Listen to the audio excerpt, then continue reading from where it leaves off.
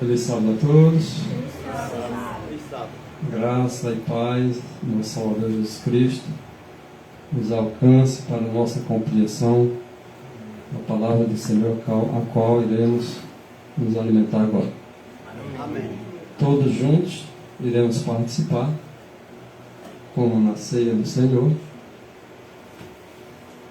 E temos todos nós aqui também a oportunidade de participar. Eu vou apenas dirigir, conduzir o trabalho, mas na verdade quem vai nos guiar é o Espírito do Senhor. Amém. E cada um de nós podemos dar a nossa parcela de contribuição naquilo que o próprio Espírito nos tem ensinado. Esse mestre eficaz vai tornar os alunos todos perfeitos, assim como ele é perfeito. Então, tempos difíceis e todo tipo de perseguição é o tema do assunto do qual nós iremos estudar nesta manhã sabática. Então, sabemos que estamos já entrando numa fase difícil. Perseguição a gente vê acontecendo de toda espécie. As pessoas são perseguidas por falar a verdade. Elas arrumam o inimigo por falar a verdade. Então, esses tempos difíceis nós já chegamos. Nos dias dos discípulos, eles passaram por grandes dificuldades também. Os profetas também passaram. E não será nós que não iremos passar. Nós deveremos ser batizados, como Cristo foi batizado todos os dias. E a perseguição faz parte do nosso legado. Então nós iremos aprender algumas coisas aqui. Coisas que nós já tínhamos aprendido e coisas que nós vamos aprender mais e crescer no conhecimento e na graça do Senhor. Muitas pessoas serão expulsas de suas igrejas por elas não concordarem com os líderes religiosos que os conduz essas igrejas. Jesus Cristo disse isso para os seus discípulos antes mesmo que acontecesse, para quando acontecesse soubesse que o que o Senhor disse era uma verdade. Ele disse em João 16, versículo 1 e o versículo 2, ele disse para os seus discípulos o seguinte: expulsar-vos-ão das sinagogas. E não pararão por aí. Vai mesmo chegar a hora em que qualquer que os matasse, cuidariam estar fazendo um serviço para Deus. Esse era o trabalho dos líderes religiosos. Mesmo matando, achavam que estavam fazendo serviço para Deus. E a expulsão não pararia por aí. Nos últimos dias também as pessoas seriam expulsas. E não só expulsas, mas elas também seriam, algumas delas, mortas. A história apenas se repete.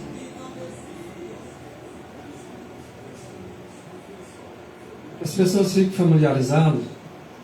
A sinagoga corresponde aqui, esse local que nós estamos aqui, como cristãos. Eles lá tinham o nome de sinagoga. Hoje dá-se um outro nome, mas a significação é a mesma. Sinagoga, ela se refere a um local de culto judaico. E aqui onde nós estamos se refere a um local de culto cristão. Seu nome, sinagoga, original no hebraico, que não interessa muito para a gente, isso é em inglês, só para nós saber que é um local de culto. E que na verdade, além de um local de culto, é um local de assembleia, onde se reúnem os filhos de Deus. Aplica-se para lá, mas também aplica-se para cá, para que a gente entenda. Expulsar-vos-ão da sinagoga, mas também expulsar-vos-ão das igrejas, dos locais de culto, dos locais da assembleia. Irmão, falando aqui, né? Eles vão expulsar, aí depois vão matar, né? Sim. Até agora não matou ainda fisicamente, mas já matou. Quando odeia, falar deles, quando você odeia seu irmão, já está matando, né? E muitos deles nos odeiam, né? Sim, ok. Então, expulsar-vos-ão das sinagogas. Por que farão isto? Por que eles expulsam da sinagoga? Por que eles podem o matar? Olha a resposta. Verso 3, na sequência. Verso 1, verso 2, agora o verso 3. Expulsam, matam e fazem isso por quê? Não conhece o Pai. E nem conhece o Filho. Por isso que eles fazem isso. Mas eles se dizem conhecedores. Eles se dizem serem os arautos da verdade. Mas nós vamos vendo as coisas como elas são. Eles dizem conhecer o Senhor. Eles dizem conhecer o Pai e dizem conhecer o Filho. E só dizem. Mas não guardam os seus mandamentos. Um dos principais mandamentos é amar o seu semelhante. Eles odeiam, assim matam, se tornam assassinos, como disse o irmão Tennessee. Mentiroso, e nele não está a verdade, porque a verdade está no Pai e no Filho. Se eles odeiam seu irmão, expulsam das sinagogas, eles amam o seu irmão? Então são assassinos. E quem foi assassino desde o princípio foi Satanás. Então eles dizem conhecer a verdade, mas eles não conhecem, porque não conhecem nem o Pai nem o Filho, porque fazem o mal para o seu próximo. Por que eles mataram Jesus? Ele falava a verdade, eles conheciam ele fisicamente, mas espiritualmente não conheciam, que era o Filho de Deus que estava falando. Exato. A questão da vingança pertence a quem? A Deus. E o Senhor diz no mandamento para nós não se vingar e nem guardar ira contra os filhos do teu povo. E as pessoas hoje parecem odiar os outros porque eles conhecem a verdade. E isso é humilhante para aqueles que se dizem líderes não estarem à altura do conhecimento de alguns servos de Deus, e por isso eles odeiam. E quem odeia o seu irmão é assassino, diz a palavra de Deus. Não te vingarás, não guarda ira, mas ama o teu próximo como a ti mesmo. Esse é o mandamento. Esse mandamento é tão grande como o primeiro. As duas tábuas da lei era a obrigação do homem. A primeira tábua, a obrigação do homem para com Deus, o seu Criador. A segunda tábua, da obrigação do homem para com o seu semelhante. Não era se vingar, porque alguém fez uma coisa que a gente não gostou, nós vamos se vingar. Não. Vamos agora ficar irado com o outro, porque o outro está falando uma verdade que eu não falo. Também não. Ama o teu próximo. É a palavra de ordem do Senhor Jesus, porque Ele diz: eu sou o Senhor. A vingança só pertence a mim. E vocês não devem irar-se uns contra os outros, mas devem amar-vos uns aos outros. Este é um novo mandamento, porque já se esqueceram. É o que Ele quer dizer para nós. Sim. Fala, eu sou o Senhor, e Ele está dizendo que Ele mesmo que faz a justiça, né? Exatamente. Para ninguém se vingar de ninguém e nem se irar. Isso. Ele é quem vai dar as diretrizes, Ele é quem vai dizer o que Se a pessoa vai ser. fez o mal contra você, você... Retribui com bem. Sim. Não cabe a nós fazer vingança. Irmão, eu lembro que quando aconteceu, quando eu trabalhava de motorista, né? Um irmão da igreja adventista, eu trabalho em motorista para ele. Aí quando eu conheci a mensagem, aí nós viajando, nós esse dia nós ia fazer o culto, aí eu se ajoelhava e ele não. Quando nós saímos daquela casa, ele faltava me bater, disse que eu estava humilhando ele, não tem ficado de joelho. Não tem problema nenhum, você não se ajoelha, eu me ajoelho, mas não estou te humilhando não, estou fazendo o que Deus está pedindo. É isso que acontece. Isso chama-se ira. Você pode olhar a forma como a pessoa fala, você sabe que ela está irada. Não é questão de dizer assim, eu acho que fulano está zangado. Não, acho não. Você viu ele zangado. escrito, a gente consegue captar como é que a pessoa está se sentindo no momento. Né? Como é que ela reage, né? Como é que ela reage. Exatamente. Então, essa questão de irar-se, o Senhor diz: ireis. A questão não está no irar-se, depende do que tu está se irando. O porquê? Porque ele diz assim: ireis, mas não pequeis. Não significa dizer que você se irar, você vai pecar. Agora tem vários fatores aí envolvidos na questão. Se eu me irar por alguma coisa que fizeram contra Deus, está errado? Agora eu não posso pecar. Vou me irar e vou pecar? Não. Aí não. Tem que virar, tem que falar contra Deus, não contra o que falou. Né? Exatamente. Tem que analisar bem direito essa questão. Tá? Então, qualquer que odeia o seu irmão é o quê? Homicida. Homicida. E o mandamento diz o quê? Não matar. Mas ela pegou uma arma e detonou o outro? Não. Ela só falou mal. Ficou irado. Se vingou, odiou. E ela é homicida. O Senhor tem essas pessoas como homicida. Às vezes um irmão me disse uma coisa, eu não gostei, fiquei zangado. Eu sou considerado por Deus assassino. Eu tenho que me arrepender do assassinato que eu cometi. Não tem assim? Às vezes os irmãos não ficam zangados com os outros, só porque disse uma palavra que ele não gostou. Ira, mas diz que é uma ira santa. Tem que analisar. Quem vai dizer se é santo ou não é Deus. Tá? Então qualquer que odeia seu irmão é homicida. E vocês sabem muito bem que nenhum homicida tem a vida eterna permanecendo nele. Então a ira contra o seu irmão é coisa diabólica. Nós não devemos acalentar isso em nossas mentes, em nosso coração. Porque aquele que diz que está na luz e odeia seu irmão, até agora ele continua nas trevas. Não está na luz, não. Ele pode dizer que anda na luz, mas não está na luz. Ele pode dizer que anda na luz, mas ele está em trevas. Odiando o seu irmão, está em trevas. Não teria nenhum sentido eu estar aqui pregando aqui para os irmãos aqui, odiando algum irmão na vida. Não tinha nenhum sentido. Um assassino falando da palavra de Deus sem ter se arrependido. Então é muito sério.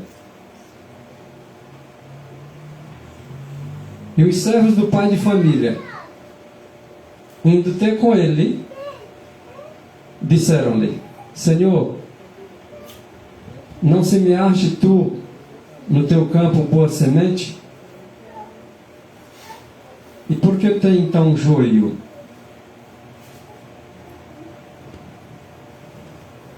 Os salvos vão ser aqueles da boa semente. Mas por que então agora tem joio?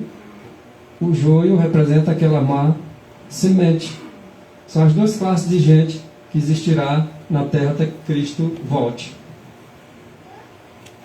Os bons e os maus. O trigo e o joio. E o que vai fazer a separação? É o irmão? É o pastor que vai lá fazer a separação na igreja? Isso aqui é trigo, isso aqui é joio? E por que eles expulsam? Eles já sabem o que é o trigo e o joio, é? Por que não deixaram crescer junto? Não foi a ordem do Senhor? Deixa crescer junto. Quando vier os ceifeiros, na hora da ceifa, a gente separa. Ele quer dizer o quê? Que os anjos dele, quando ele enviasse para buscar os seus, eles sabiam muito bem o que era trigo. E também o que era joio. Mas os pastores hoje querem fazer a função dos anjos. E isso não é correto.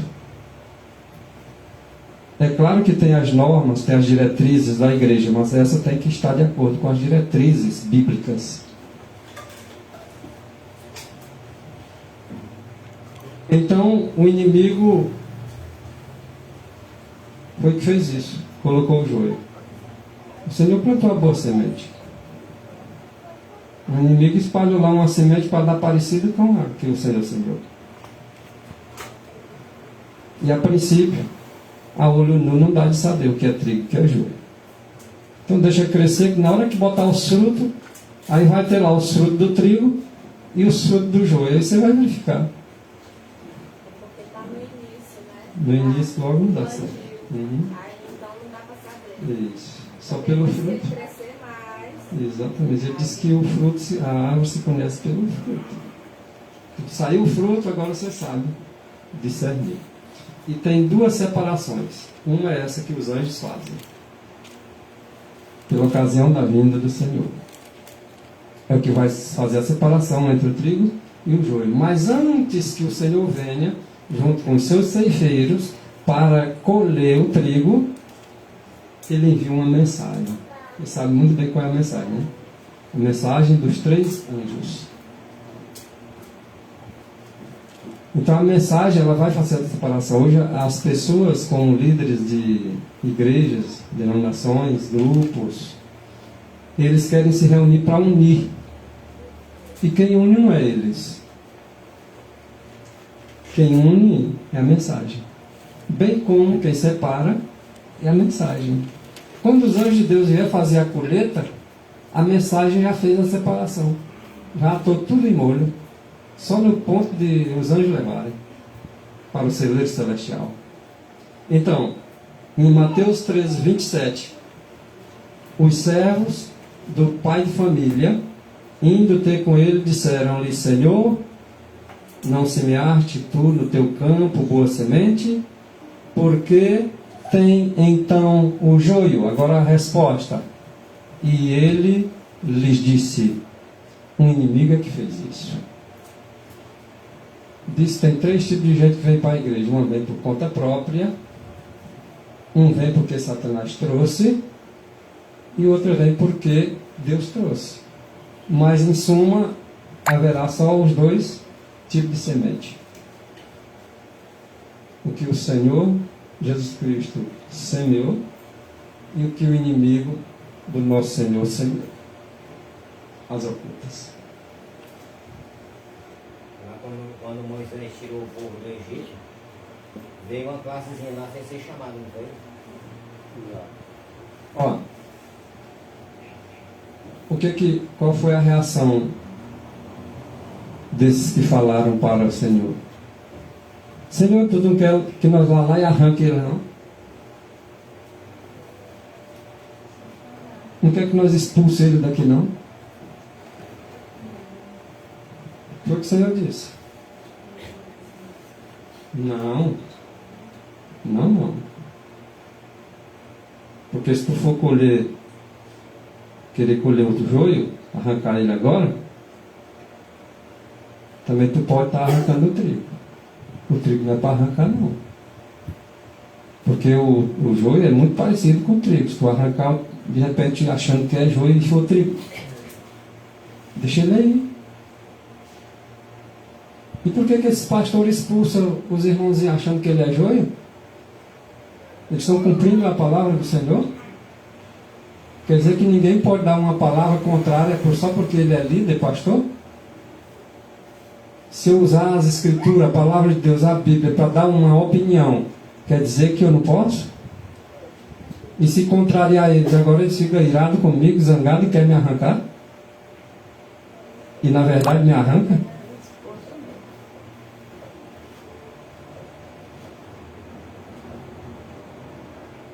Jesus continua dizendo: deixa, larga.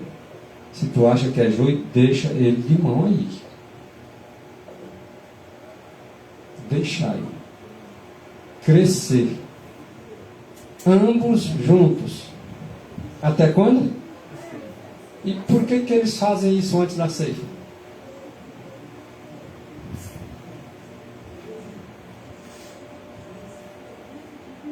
Porque são rebeldes à palavra do Senhor. Essa é a verdade. É porque não aceita o contraditório. É porque não aceita que outros tenham a verdade e coloque a reputação deles em jogo.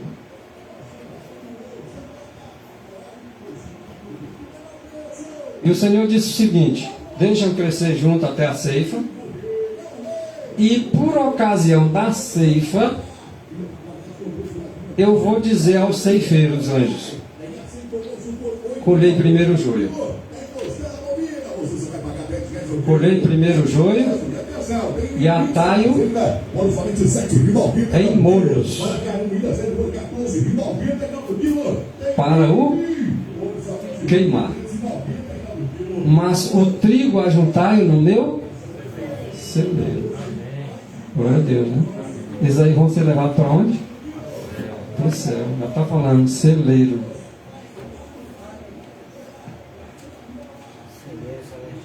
E o que Jesus profetizou no princípio aí? Expulsar a visão da sinagoga. E não vão somente os expulsar, eles vão fazer coisa pior ainda. Vão matar vocês, considerando vocês como se vocês fossem o joio, sendo que vocês serão os trigos. E eles são o joio, serão considerados trigo. E eles arrancarão vocês, até matarão vocês. Matarão vocês. Dizendo que isso é um serviço bom que eles estão prestando, desarraigar vocês do meio deles.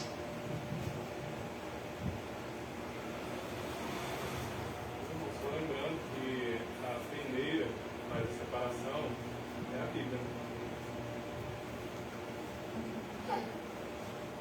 Lembrando que a peneira que faz essa separação é a Bíblia, de acordo com o que está escrito, a lei e o testemunho. E não é que não possa existir, de certa forma, uma separação, mas desde que ela seja na régua, que é a palavra de Deus. E aí o que acontece? Eles fazem essa separação não de acordo com os critérios bíblicos, mas de acordo com o que eles acham que é o correto. E aí esse tipo de separação é exatamente arrancar o joio ou o trigo antes do tempo.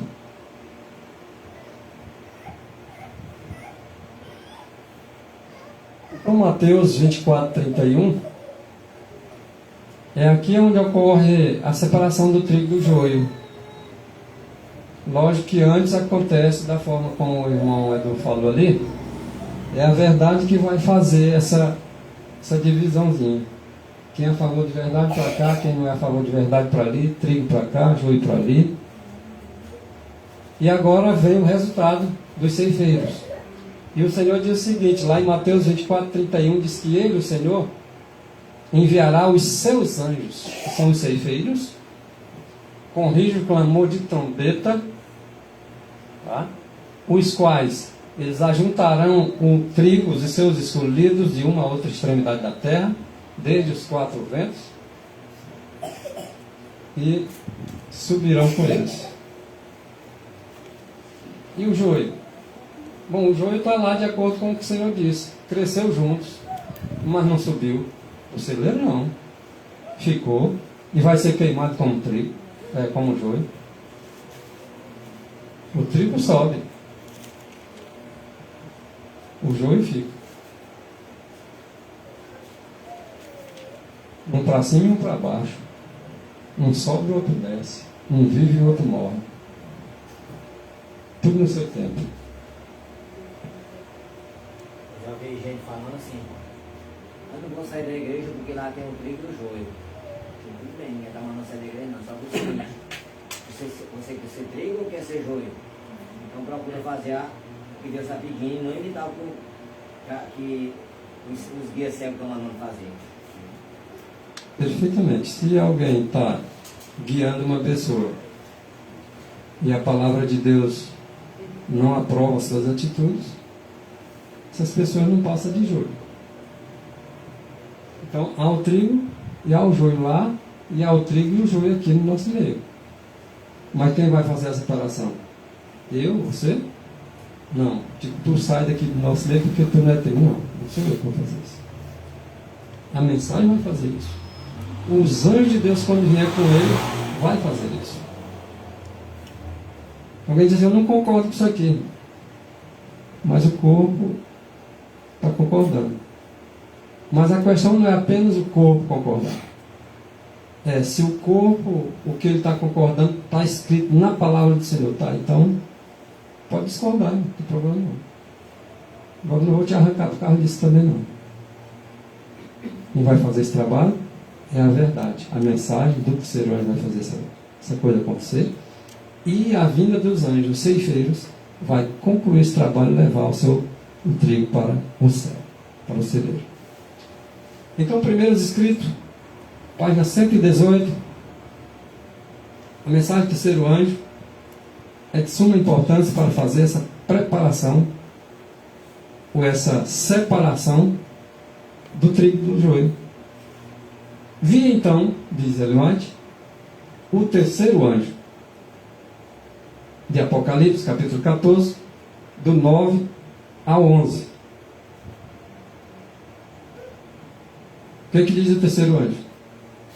As mensagens dos três anjos são: a primeira exaltando a Cristo, a segunda dizendo que caiu a Babilônia, a terceira dizendo que se alguém adorar a besta recebe as pragas, e o reforço lá do quarto anjo, Apocalipse 18, verso 1, dizendo: sai dela povo meu, unindo-se à mensagem do segundo anjo. Agora aqui em específico, do verso 9 ao verso 11, está se referindo à mensagem do terceiro anjo. A do versículo 6 e 7 refere-se ao primeiro anjo, a do verso 8 refere-se ao segundo, e o 9 a 11, conforme está escrito aí, o anjo terceiro, né? Então disse meu anjo acompanhante, foi que o anjo acompanhante disse para ele: terrível é sua obra. É uma obra terrível. Olha essa palavra, terrível. Terrível é sua obra, tremenda sua missão. Duas palavras fortíssimas: terrível e tremenda. Essa é a obra do terceiro anjo. Por que ela é terrível e tremenda? Irmão, se você for observar, quando o anjo disser assim: olha, se tu guardar o domingo, tu vai receber as pragas, porque tu foi avisado, estão insistindo em ficar aí, e vai receber praga. Aí vem o outro reforçando e diz o seguinte, lá do reforço do segundo anjo: sai dela, povo meu. Não é terrível? Não é tremenda? Ah, mas diz que as coisas não funcionam em ameaça.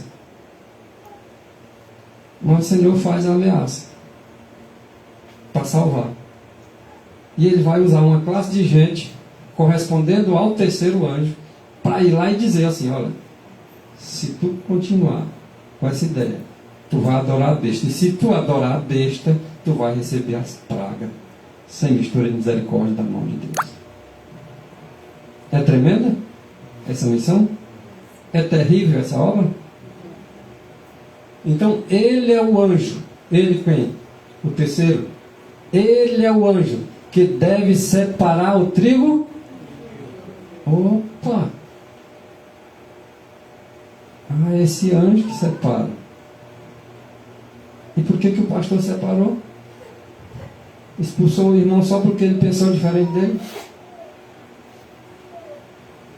Agora, quando estiver dando essa mensagem, agora é o seguinte, olha: se tu estiver adorando a besta, se tu estiver com esse negócio de guardar o domingo, com a história de escutar os pastores, tu vai receber as pragas junto com ele. Agora acontece o quê? Esse aí é o anjo que deve separar o trigo do joio. Tu quer guardar o domingo? Quer continuar guardando o domingo? Fica aí. Mas se tu não quer, e tu é trigo, então sai daí. É aqui onde é feita a separação. Não é simplesmente o pastor, porque tu não creu em Trindade, ele te lança fora. Porque tu não creu na natureza de Jesus, antes da queda, agora tu és expulso também. E te odeiam. Rapaz, aqueles são um bando de satanás. Não escuta eles não. Eles nem entram, nem deixam que querem entrar também. É assim que eles agem. Mas vai vir, a mensagem não está distante não, irmãos. A mensagem do terceiro anjo, que é uma obra terrível e é uma missão tremenda que vai vir e que agora vai acontecer o quê? Uma separação. O mesmo anjo que separa, ele os une.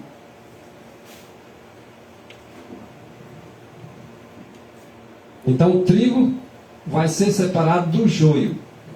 Esse mesmo anjo, ele vai selar, ele vai atar o trigo para que seja levado para o céu e atar também o joio em molhos para ser queimado.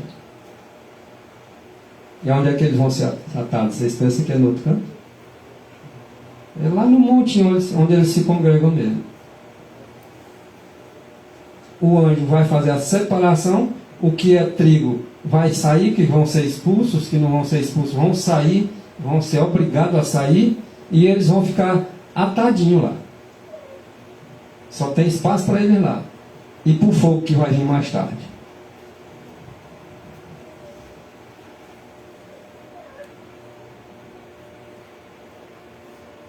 Deve a verdade presente ser o nosso encargo. Olha isso aqui como é de suma importância. Nós temos encargo a ocupar. E esse encargo é o que nós devemos fazer, que a verdade presente ser assumida por nós. Com coragem e com determinação, com zelo. Deve a mensagem do terceiro anjo realizar a sua obra de separar das igrejas. Olha qual é o nosso encargo. Quem é que vai separar das igrejas? É simplesmente o líder porque não concordou com o que o membro disse? Ou é uma mensagem que vai chegar lá e vai ser terrível e tremenda a missão e a obra? Essa verdade presente é o nosso encargo. E deve essa mensagem do terceiro anjo. Tem que ser a mensagem do terceiro anjo. Não é simplesmente porque o pastor não gostou, foi lá e disse, vamos cortar porque ele não está de acordo com o manual da igreja. Tem que ser de acordo com a mensagem do terceiro anjo de Apocalipse 14, 9 a 11. E deve a mensagem do terceiro anjo realizar essa obra de separar das igrejas um povo. Não é uma placa não. É um povo que guarda os mandamentos de Deus e tem a fé de Jesus. Foi esse que João viu após a vitória contra a besta. Um povo que se decidirá em favor, em prol dos princípios da verdade eterna. Não uma pessoa aqui, outra ali, se decidindo a expulsar um irmão, expulsar o outro, porque não concorda com as palavras dele. Não, aqui é que estão em prol dos princípios da verdade eterna. Esses vão ocupar um encargo para falar a verdade, tá? Que vai separar das igrejas um povo de outro. O trigo do joio. Isso está espalhado em tudo quanto é lugar, em tudo quanto é país, em tudo quanto é igreja. Mas no momento dessa mensagem, a separação há de acontecer.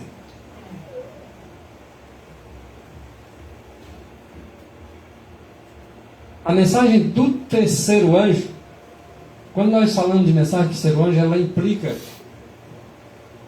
na primeira, na segunda e na terceira mensagem angélica. Só que em alguma ocasião, de acordo com o contexto, aplica-se especificamente a Apocalipse 14, versículos 9, 10 e 11. Porque no 12 já foi a visão que João viu dos salvos, guardando os mandamentos de Deus e confiando plenamente, completamente, tá, em Cristo Jesus. Então a mensagem do terceiro anjo não será compreendida. Mas como assim, irmão? Ela não será compreendida? Será compreendida por uns poucos. Mas pela grande maioria ela não será compreendida. Ela não será compreendida pelos líderes das religiões, das igrejas, etc. Não serão. Ela não será compreendida. Nem mesmo pela igreja adventista do sétimo dia. Ela não será compreendida pela sua maioria.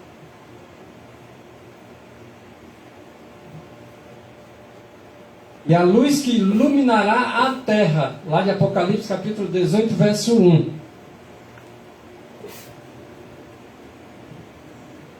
A luz que iluminará a terra com sua glória será chamada de falsa luz.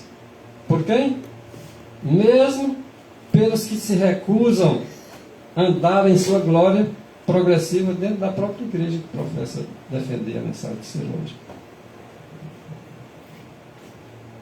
Então a terra será cheia do conhecimento da glória do Senhor e ainda assim será chamada de falsa luz e assim não será compreendida.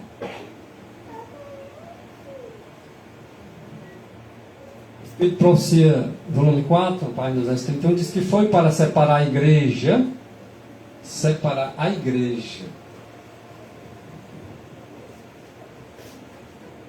da influência corruptora do mundo que foi dada a primeira mensagem angélica. Agora nós vamos entender essa primeira mensagem angélica. E vi voando no meio do céu um anjo, né? Um evangelho eterno para pregar a todas as nações, tribos, povos e línguas. Clamando com alta voz: temei a Deus e dai-lhe glória, porque é chegada a hora do seu juízo.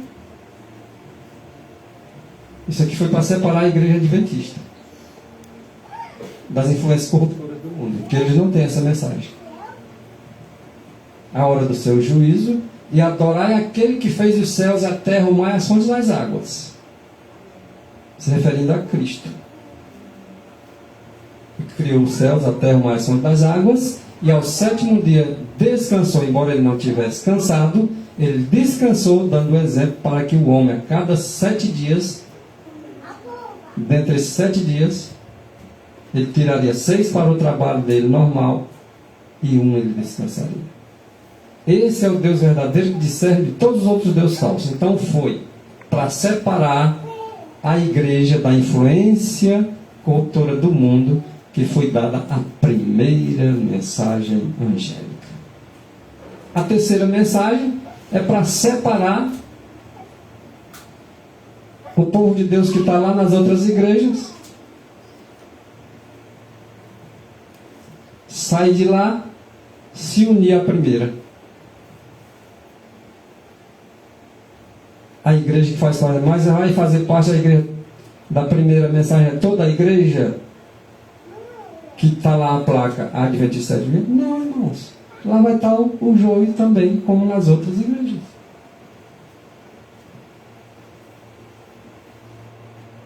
Mas o trigo vai para o celeiro celestial.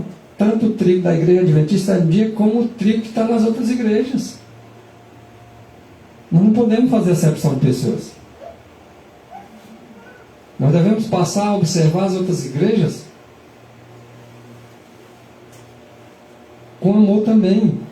Porque lá tem pessoas que Cristo morreu por elas. Ela não está ainda com o povo de Deus hoje, porque se ela entrasse hoje no meio do povo de Deus, ela se escandalizaria com o que acontece no meio do povo de Deus.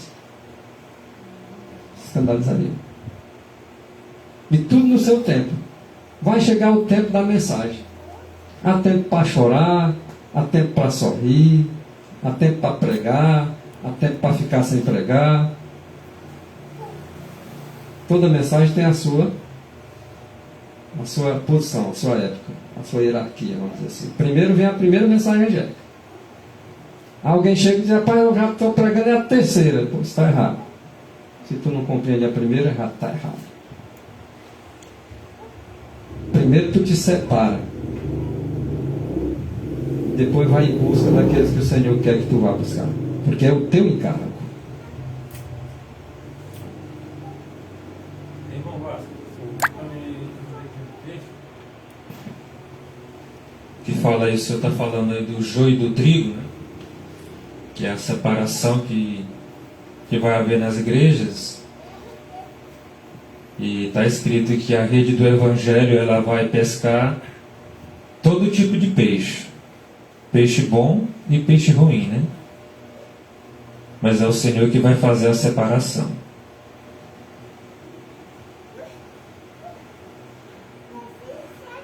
Caso houvesse sido mantida fidelidade e vigilância, se não tivesse havido sono ou negligência por parte de alguém,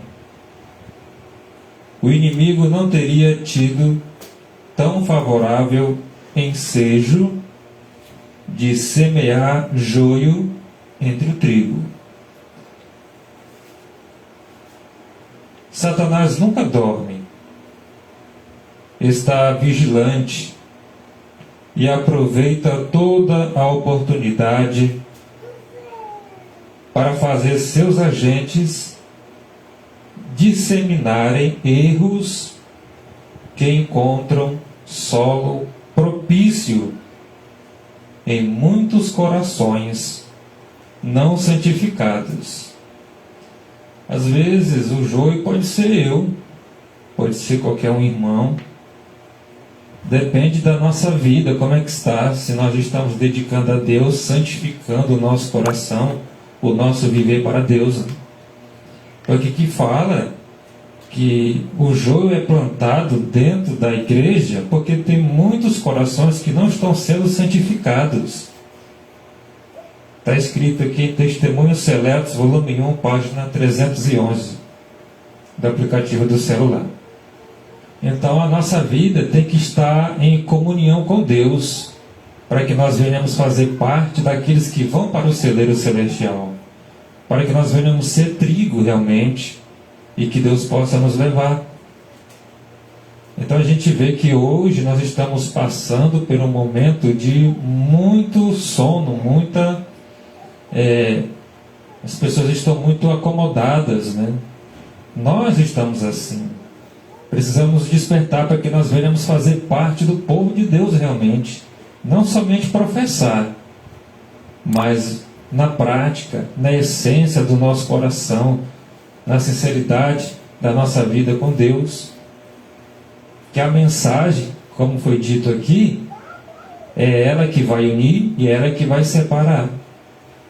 Quando nós ouvimos uma mensagem que ela toca bem na nossa ferida, em vez da gente reconhecer o nosso erro e ver que o Senhor está usando o seu servo para me corrigir, muitos vão se escandalizar, muitos vão zangar, né? Então nós temos que ter também esse cuidado para que a gente não venha fazer parte do joio, mas que a gente venha fazer parte do trigo.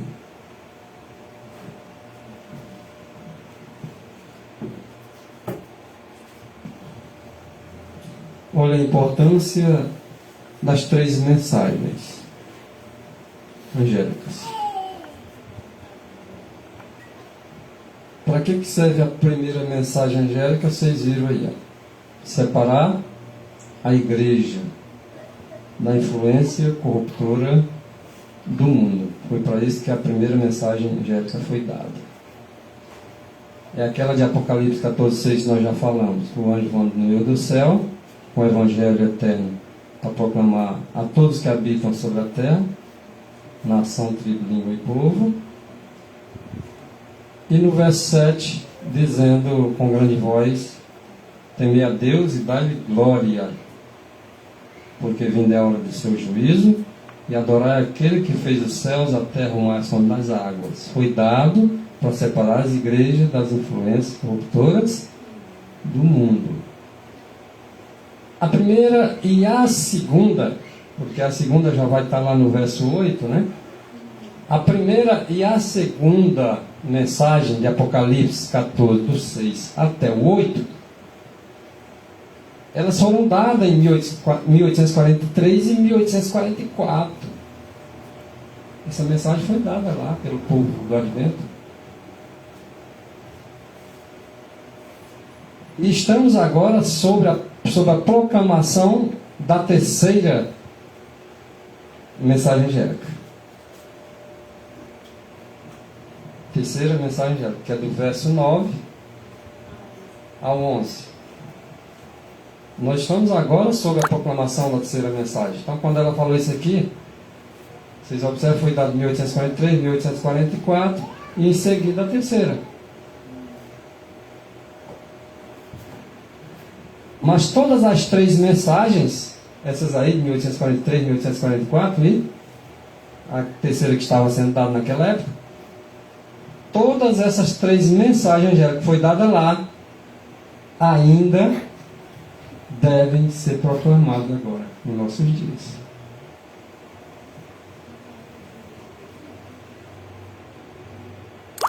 Por quê? Porque não pode haver uma terceira sem a primeira e a segunda. Então, alguém diz, eu estou pregando a mensagem do ser anjo. Tu sabe, já pregou a primeira e a segunda? Tu já sabe como é que é? Não. E por que a terceira? Existe terceira sem primeira? Sem segunda? Primeiro, segundo, depois a terceira.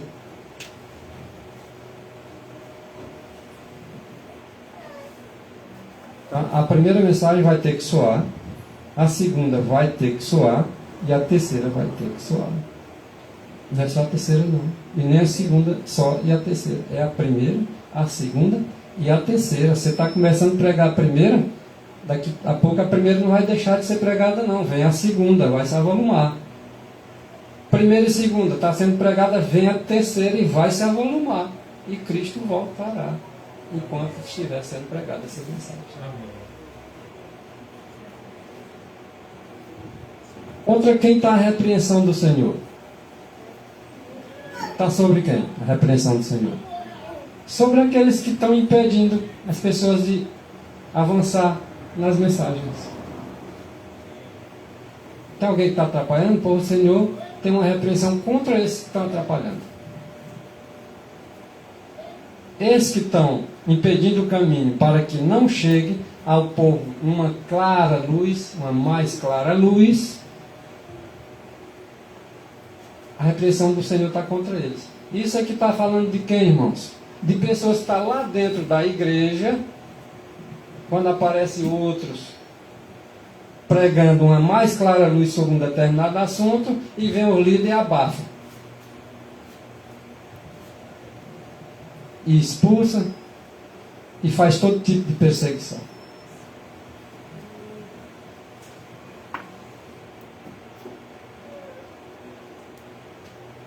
Porém, uma grande obra tem de ser feita. Essa grande obra é a primeira, segunda e terceira mensagem angélica. Elas têm que ser feitas. E Deus vê, é Deus que vê, Ele não vê como vê o homem, mas Deus vê que os nossos dirigentes, dá para saber quem é o nosso dirigente, né?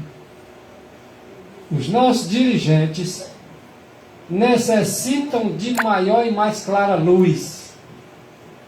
Como Deus vê que os dirigentes necessitam de maior e mais clara luz,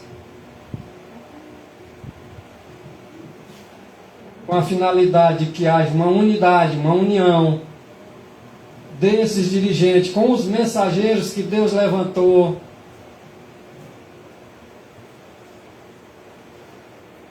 Ele quer que se faça essa obra unidos, juntos, mas os dirigentes não querem aceitar.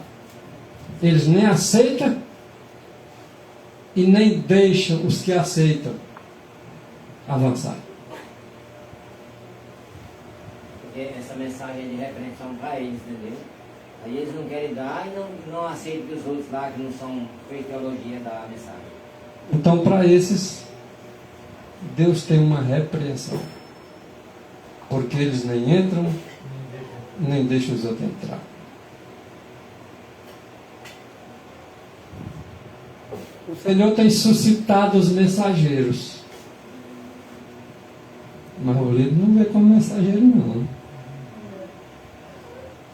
O Senhor tem levantado os mensageiros com a finalidade de quê? De que os dirigentes se unissem a eles. Mas não é isso que eles fazem. Por isso o Senhor tem uma repreensão contra eles. Eles acham que só eles têm que passar a mensagem. É humilhante demais para eles se levantar uma pessoa do meio do povo e dizer coisas que eles não sabem. É humilhante demais. Eles não aceitam. E o Senhor queria que eles aceitassem de bom grado e se unissem com a mais clara luz, com a que eles já têm, e expandir. Mas eles não fazem assim. O Senhor tem suscitado os mensageiros e os dotado de seu espírito. E tem dito para quem, irmãos? Os mensageiros. Porque era para eles fazerem. Mas o que está lá em Isaías 6?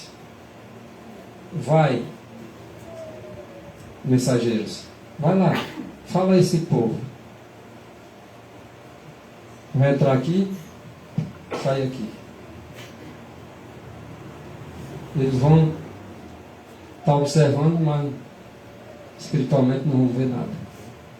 Mas tu vai dar a mensagem. Eles não vão aceitar não, mas tu vai dar. Aí quando o mensageiro vai, ele dá. Porque essa palavra de Isaías 58, versículo 1, é para os mensageiros. Vou falar aqui bem baixinho. É para os mensageiros, só para os mensageiros. Porque eles não vão não. Os que não é mensageiro não vão não. Todos eles são mensageiros? Qual foi a resposta do anjo? Não. Os mensageiros têm uma mensagem. Então o Senhor agora suscita os seus mensageiros e dota ele do seu espírito e diz: clame em alta voz, não te detenhas. Isaías 58, verso 1. Levanta a voz com a trombeta e anuncia ao meu povo a sua transgressão. Anuncia também o quê? A casa de Jacó os seus pecados. Vocês acham que eles vão anunciar? Eles passam a mão no pecado dos irmãos. Os mensageiros não passam não. Eles vão lá e clamam mesmo. E dizem o pecado e chamam ele pelo nome. Em vez deles se unir aos mensageiros, eles se zangam contra os mensageiros. Foi assim desde o passado, irmãos. Já foi assim com Cristo, já, né? Já? Irmão, Sim. e ele manda anunciar na casa de Jacó, na casa dele mesmo, na igreja. Exatamente. Onde está o pecado. Isso. Não querem perder multidões, né, irmão? Das Isso. igrejas. Uhum. Para eles o importante é a multidão. É. E nesse ponto eles estão correndo um grande risco. Quem está correndo risco aí são eles. São os líderes. Por que eles estão correndo risco? Porque é eles que estão se interpondo entre o povo e a mensagem. Então quem está se interpondo entre o povo e a mensagem são eles. Quem está correndo risco são eles. Todos nós corremos risco, mas eles aqui em especial são os que estão se arriscando, porque estão indo contra a palavra do Senhor. E foi dito para eles, irmão, o próprio Cristo, naquela época, em Mateus 23, versículo 13, Jesus disse: ai de vocês, escribas, fariseus, vocês são hipócritas.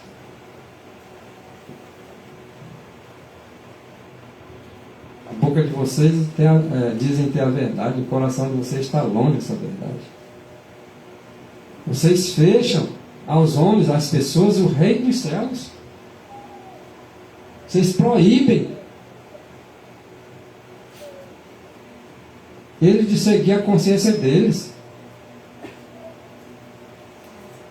Vocês obrigam eles a querer seguir o que vocês falam só. Vocês estão fechando aos homens o reino dos céus.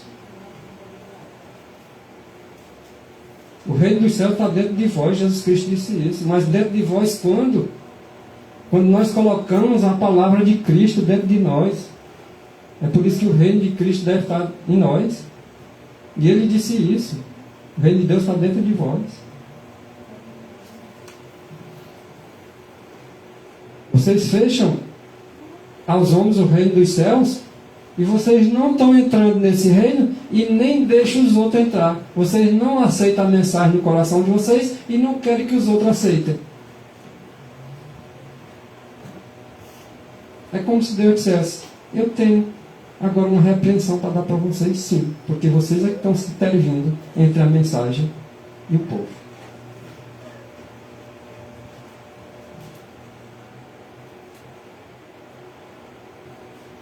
Mas essa mensagem, irmão, ela vai chegar ao povo. Eles podem intervir, eles podem entrar no meio, podem fazer o que quiserem. Mas a palavra do Senhor diz aí o quê? Em Hebreus do Evangelho, página 304. Essa mensagem há de chegar ao povo. Glória a Deus. E se não houvesse nenhuma voz de algum ser humano entre os homens para anunciar a mensagem, o Senhor ia fazer as pedras falar.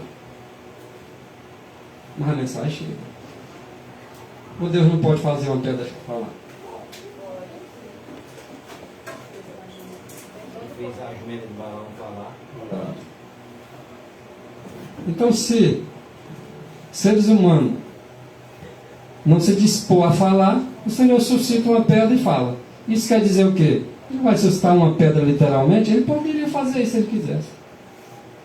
Talvez sair dela, né? É. Mas ele pode usar uma pessoa. Ele pode usar uma pessoa que as pessoas não dão nada por ela. Lá de outra igreja, ele diz: essa igreja aí. Uma pedra. Vai chegar e vai falar a verdade.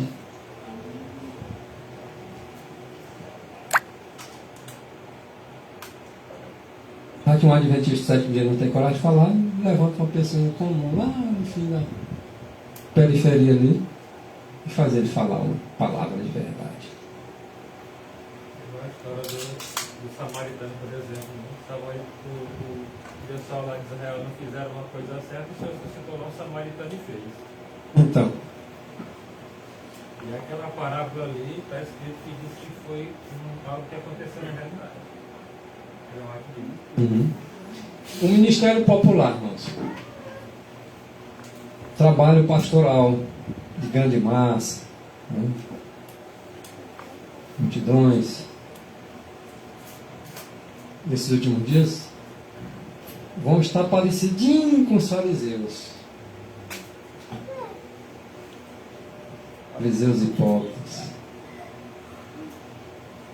cheio de ira, simplesmente por ser contestado a sua autoridade, porque um se levantou bem ali com uma mensagem que eles não estavam pregando, mas era verdade.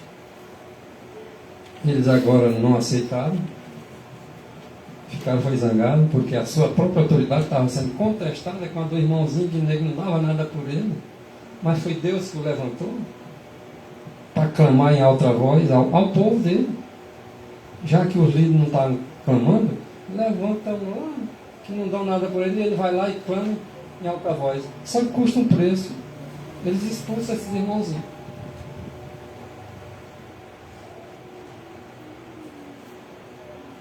Agora eles denunciam a mensagem como sendo de Satanás. Olha, o que o fulano está falando é do diabo, não deu ouvido dele não. Ele nem entra e nem deixa os outros que estão querendo entrar. essa mensagem que eu li, irmão, ele se torna um joio, né? Se torna um joio. Então, é como se os irmãos que estão sendo levantados por Deus para proclamar a mensagem estão sendo tidos pelo joio, e agora vem aqueles que acham que são os trios e expulsam o joio. E o Senhor diz: deixa eles crescer juntos. Mas eles: não vamos deixar não vamos arrancar. Caça outra igreja, que a igreja dele não é essa não. O curral dele é outro. Ainda bem que o Senhor diz assim: ainda tem outras ovelhas que não são deste curral. Uma pessoa, se fosse só o curral que eles acham que é o curral de Deus, o Senhor não tivesse outros nos outros currais, não estavam perdidos. Mas o Senhor disse assim: sai daí, povo meu.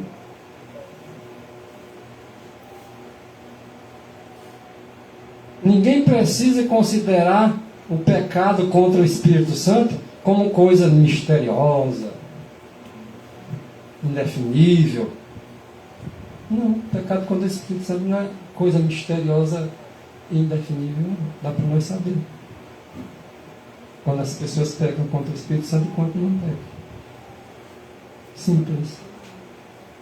O pecado contra o Espírito Santo é o pecado da persistente recusa. Olha, lembra-te de dia de sábado para o santificar. Tu está te recusando? Lembra do dia de sábado, continua persistindo? Ah, vai persistir? Chega um momento que o Espírito apaga da tua mente, tu não vai mais lembrar de coisa nenhuma, nem que diga assim, lembra, não vai lembrar mais nunca. O pecado contra o Espírito Santo é o pecado da persistente recusa em atender aos convites ao arrependimento. Arrependei-vos, pois, e convertei-vos. Deus suscita os mensageiros, vai dar mensagem para o povo dele. O povo dele ficar persistindo, pecado contra o Espírito Santo. Então, no livro Grande Conflito, ele relata lá que às vezes a gente fica preocupado assim, né? Por que o ímpio... No livro Grande Conflito, relata lá que às vezes a gente fica se perguntando, questionando a Deus. Ah, por que o ímpio prospera e eu não prospero? Só que lá ele fala que o Espírito Santo de Deus ainda intercede por todo mundo, por ímpio, por justo. Só que vai chegar um momento em que o Espírito Santo de Deus vai ser retirado e aí sim, né, tudo aquilo que há de errado cometido por parte dos ímpios virá a consumir eles próprios, né? Diz que tem aquela palavra que diz que o mal por si só se destrói. Então, nesse tempo, o Espírito Santo de Deus será retirado. E aí, quem pratica o que é certo, né, vai ter a sua recompensa. E quem pratica o que é errado vai ter também a sua recompensa, de acordo com o que plantou. A Bíblia diz que há pecados que são para a morte. Mas todo pecado não é para a morte, não? Mas os que eu me arrependo. Só tem um que não é perdão. Qual é? O contra o Espírito. Mas se eu me arrependo é porque eu não pequei contra o Espírito. Não é para a morte. Os que eu peco, mas eu me arrependo, não é para a morte. Para a morte é aquele que eu peco e não me arrependo. Pode ser um bem pequenininho. É para a morte, que eu não me arrependi.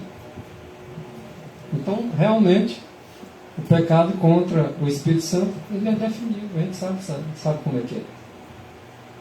Ele não é só definido, tá? Como nós sabemos que a persistente recusa da verdade para a alma, para o arrependimento dos seus pecados. Se não se arrepende, é para a morte. Se se arrepende, não é para a morte. Se não se arrepende, é contra o Espírito Santo. Se se arrepende, não é contra o Espírito Santo. Porque é o Espírito que nos conduz. É Ele que nos convence do pecado. Se Ele não me convenceu do arrependimento do meu pecado, é porque eu pequei contra Ele. Mas se eu dou lugar, Ele vai me dar exatamente o arrependimento. Porque Ele que me convence do pecado, então, sim. Da justiça, eu vou saber o que é certo e o que é errado? Sim. Do juízo? Sim. Não tem nada misterioso que o povo de Deus não possa entender, não. Aquilo que é a salvação para nós. Ontem eu estava lendo no livro Testemunho Seleto, volume 2, que ela dá uma clara definição do que vem a ser pecado contra o Espírito Santo. Não me recordo aqui exatamente as palavras que ela se utiliza, mas ela diz nesse sentido. Ela diz que o pecado contra o Espírito Santo é uma atribuição da obra do Espírito Santo a Satanás. Então, classificar a obra do Espírito Santo como sendo obra de Satanás, isso aí é o que a irmã White define claramente como sendo pecado contra o Espírito Santo. Agora eu vou colocar aqui o texto que eu já falei para os irmãos meditarem de acordo com o que o irmão White falou. Esses homens, semelhante aos fariseus da antiguidade, ao atribuir aos mensageiros que a obra que estão fazendo é de Satanás, eles estão pecando contra quem?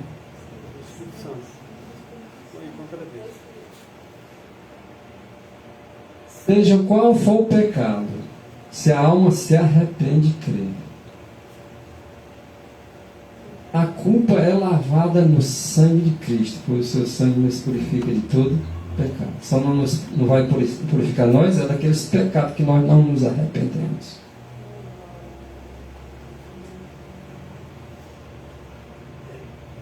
Ela tem que se arrepender e crer, segundo o que está escrito no assim diz o Senhor. A culpa ela é lavada quando assim acontece. Mas aquele que rejeita a obra do Espírito Santo assume agora uma posição que impede o acesso ao arrependimento e à fé.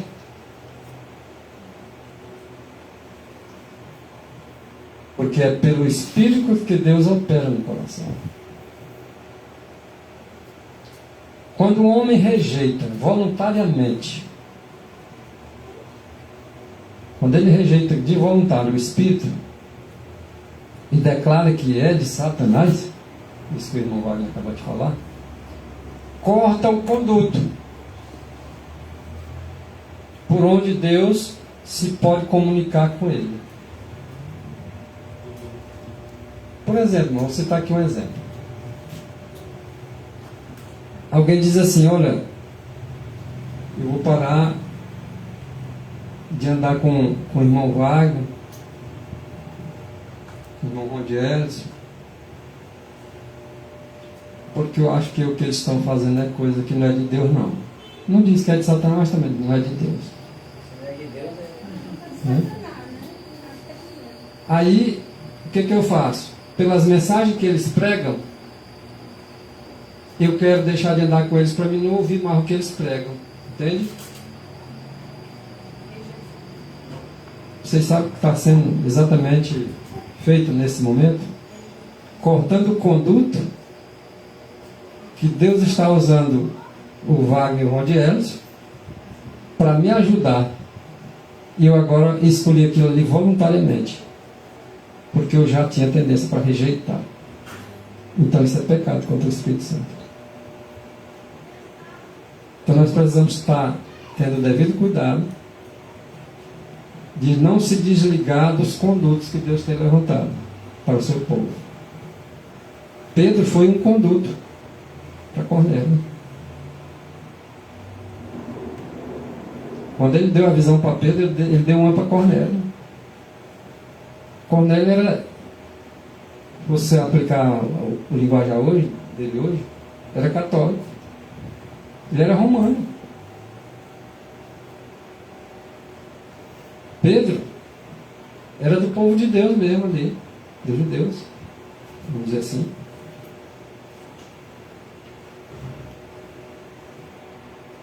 Deus levanta agora Pedro, agora traz Cornélio para ir até Pedro.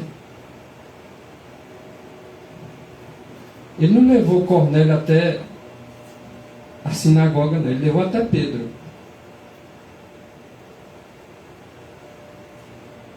E Pedro foi devidamente instruído para instruir Cornélio naquilo que devia ser instruído. E Cornélio aceitou. Muita gente em outras igrejas precisa do nosso contato.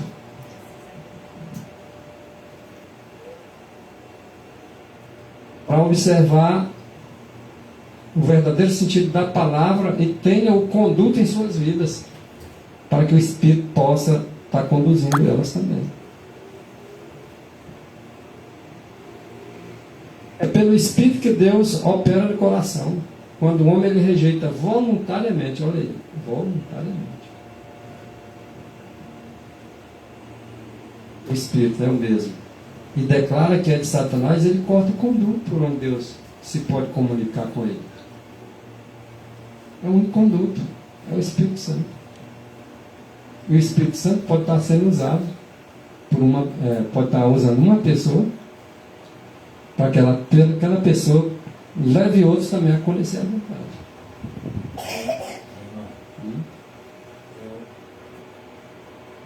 Eu falei para duas pessoas, né? Um me declarou uma coisa. Falou assim, olha, tu disse não se sente bem, né? Então, estando no lugar onde tem bebedeira, música, já ele disse que não, para ele é normal. Eu falei para duas pessoas que tem que ter cuidado, porque você está rejeitando a voz do Espírito Santo na sua vida, né? Quando você não se sente incomodado é porque ele está se retirando de você.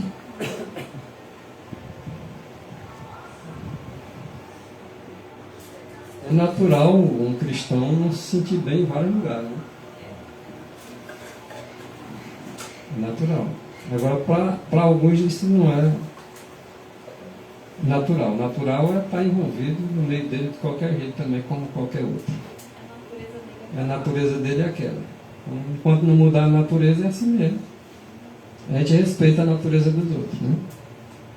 Mas se eu não gosto de estar ouvindo som mundano, um direito me assiste. Não me sinto bem. Agora, se alguém pode se sentir bem, mas não é o meu caso. Eu respeito o caso do outro, mas não é o meu. E acredito não ser de nenhum cristão. Porque quem é cristão vai aborrecendo as coisas do mundo. É natural para Cristo isso. E ir aborrecendo. Agora, se não está aborrecendo, pelo menos deveria reconhecer, né? Eu devo ir abandonando as coisas que não é para mim gostar. E eu estou gostando ainda. Então está dando lugar para quem? Para o Espírito Santo trabalhar. Agora, se ela fecha a porta do coração e acha que deve gostar das coisas que o mundo gosta, ela está errada, não vai dar lugar para se arrepender nunca. Por uma simples coisa dessa, ela pode estar pecando contra o Espírito Santo.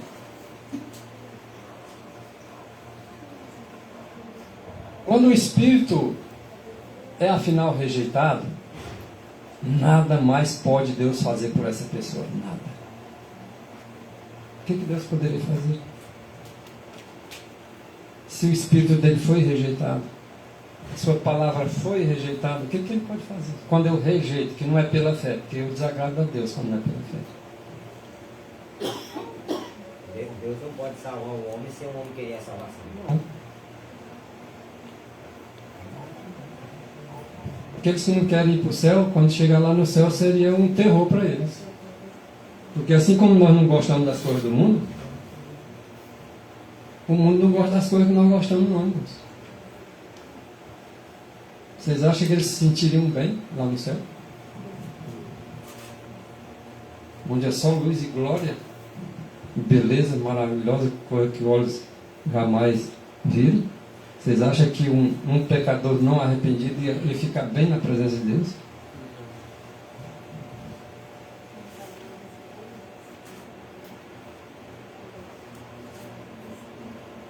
Olha que os fariseus, ouvindo isso, diziam: este não expulsa os demônios senão por Beelzebub, que é o principal, o príncipe deles, né? Príncipe dos demônios.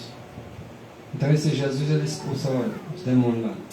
Ele está expulsando pelos demônios. Então isso era o que, irmão? Atribuindo o quê? Uma coisa de Deus a Satanás? Blasfêmia. Como é que Deus iria trabalhar na mente daqueles fariseus? Quando eu acredito que uma coisa é de Satanás, eu vou aceitar aquilo ali como verdade, pela fé na minha vida? Não. Era isso que os fariseus estavam fazendo. Ora, se ele expulsa por Satanás, não quero nem saber. Se não quero nem saber, vai ser convertido quando? Nunca. Uma pergunta aqui sobre os fariseus. Mas se ele chegar a se arrepender disso que ele estava falando, Deus não perdoa? Claro. Lá me falaram que não, que não tem mais. Não. Claro. Eles não quiseram, né? Mas se eles...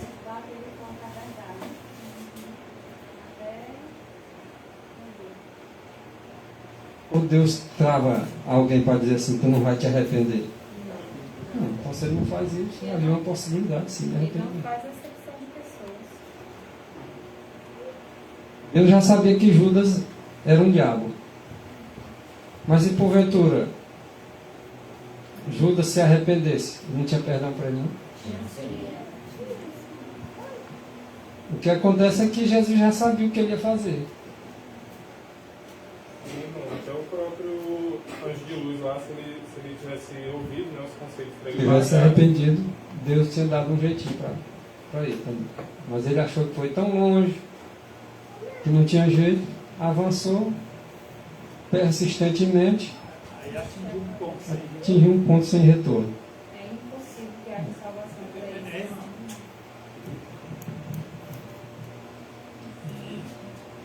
essa postura farisaica aí, de alimentar um certo preconceito daqueles que pregavam uma mensagem diferente das deles, poderia ser perfeitamente tendenciosa a todos aqueles que seguissem absorvessem esse mesmo tipo de espírito. E, inclusive, esse mesmo espírito poderia ser encontrado em muitos professos cristãos no período que Cristo viveu, lá no primeiro século. Por exemplo, nós encontramos o texto de Marcos, capítulo 9. Nós vemos aqui que os próprios discípulos de Cristo tiveram essa postura farisaica. Aqui diz, a partir do verso 38, em declarações do próprio apóstolo João, dizendo o seguinte: Mestre, vimos um que em teu nome expulsava demônios, o qual não nos segue, e nós lhe proibimos, porque não nos segue. Então nós vemos aí que essa postura dos fariseus, ou esse espírito dos fariseus, a religião deles já havia consumido a mente de muitos profetas cristãos, servos de Deus no período de Cristo. E esse espírito, infelizmente, ainda perdura nos dias de hoje. Essa postura farisaica, essa postura preconceituosa contra outros que pensam de uma forma diferente ou que professam uma fé diferente. Então, em hipótese alguma, nós temos que dar permissão para que esse tipo de espírito venha invadir o nosso ser. Nós sabemos que o povo de Deus, alguns sinais vão de acompanhar eles. E eles terão ou não poder para expulsar demônios. Certo. Mas hoje aqueles que alimentam o ódio contra você, que já dizem que você é do diabo, que ensina coisas do diabo, que não ensina coisas que a igreja ensina. Você acha que quando eles vê você fazer um milagre, ou expulsar um demônio, você acha que ele ia dizer que era do diabo? Esse que já te odeia ia dizer que era do diabo ou não? Mesma coisa. Jesus diz assim para eles: olha, se eu expulso demônio com demônio, então por quem os expulsam os filhos de vocês?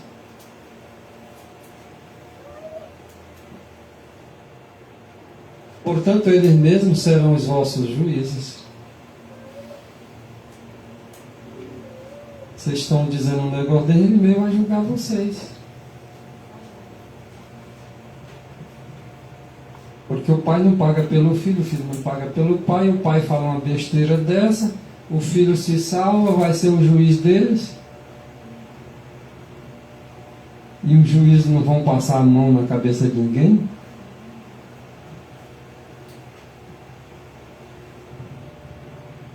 Cristo disse-lhes positivamente que em atribuir a obra do Espírito Santo a Satanás, eles estavam se separando da fonte de bênçãos.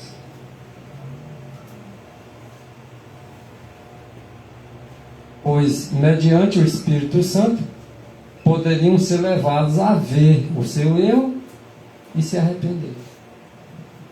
Mas sem o Espírito Santo, não vão conseguir enxergar seu erro. Você pode dizer assim: olha, irmão, você está errado, irmão, você está errado. Ela pode ficar calada, mas não está reconhecendo o seu erro, não vai reconhecer. Se tiver com o coração duro, e não vai se arrepender e não vai ser salvo.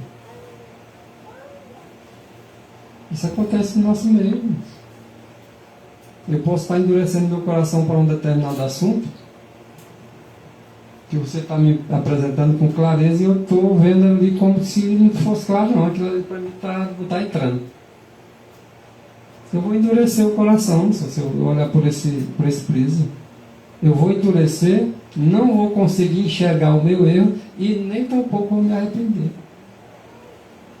Porque o único que faz essa ação é o Espírito de Cristo. Se eu não aceitar, e é pela fé. A fé não, assim diz o Senhor. Glória a Deus, Senhor. Às vezes a pessoa comete uma coisa errada, ele vai falar que ele cometeu aquilo errado, e ele fica calado, ele não diz nada. Mas fica zangado por Fica dentro. zangado por dentro, mas não diz nada. Então, agora, quando ele se vê, realmente, eu sei que foi errado, me perdoe, então me desculpa, não, aí ele reconheceu, né? Mas fica calado, é só o ódio por dentro, não diz nada. Exatamente. Então basta ao discípulo ser como o seu mestre. Não precisa ser mais do que o mestre, não. Basta ele ser como ele. Basta o servo ser como o seu Senhor. Ora, se chamaram Beelzebul a Cristo, quanto mais a eu e a você. Ele não zangou, nós vamos zangar. Ele não ficou irado, nós vamos se irar. Cheio de ira, quem ficou? Os líderes religiosos, porque Satanás o incitou e eles permitiram que Satanás entrasse no coração deles. Cheio de ira, é aquele povo lá que está querendo incentivar as multidões, aquele mesmo os fariseus lá, né, na antiguidade, por ser colocado suas autoridades em dúvida, cheio de ira, eles agitarão as multidões amantes do pecado para ultrajar e para perseguir os que eu proclamo a mensagem. Aquele mensageiro que Deus suscitou, que eles acham que foi Satanás.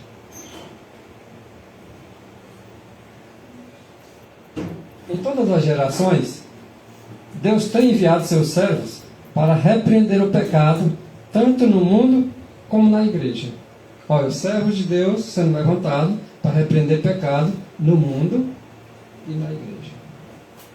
Alguns dizem assim: rapaz, mas não tem nada a ver com isso não. Essas coisas do mundo aí não tem nada a ver com isso, não tem não, irmão.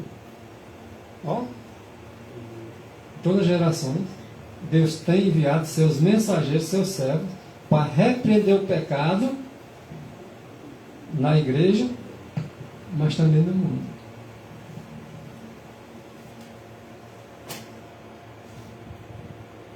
Mas alguém vai ter coragem de chamar a atenção à autoridade aqui na terra? Seja no executivo ou no legislativo ou no judiciário, alguém tem essa coragem. Que esses vão aparecer, irmãos. Pode ter certeza disso. Mesmo no judiciário. Está errado, está errado. É pecado, é pecado. Seja no executivo, pecado é pecado. Ele nunca deixa de ser. E os mensageiros vão ser levantados para repreender o pecado na igreja e no mundo. João falou do pecado de quem? Do rei? E não vai aparecer o João Batista vai falar pecado de presidente, não? Se está fazendo errado, vai dizer: está errado, presidente. Isso aí está errado, é pecado. Para Deus é pecado. Eles vão dizer sem medo, sem temer as consequências. Irmão, quando aquele influenciador lá, aquele Nicolas, ele se levanta, fala aquilo que ele fala daquele povo lá, para todo mundo ver que dali quem está levantando ele. Eu vejo ele como uma pessoa que Deus está levantando no meio deles. Já que eu e você não fala, não tem nenhum conhecimento, aparecem lá no meio deles que lá mesmo vão falar. E essa unidade do Espírito vai se unir.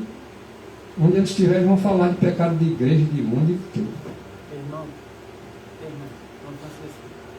Se uma pessoa querendo tirar o carro e assim de cada um, eu posso dar o seu carro. Deixa eu tirar do meio da água.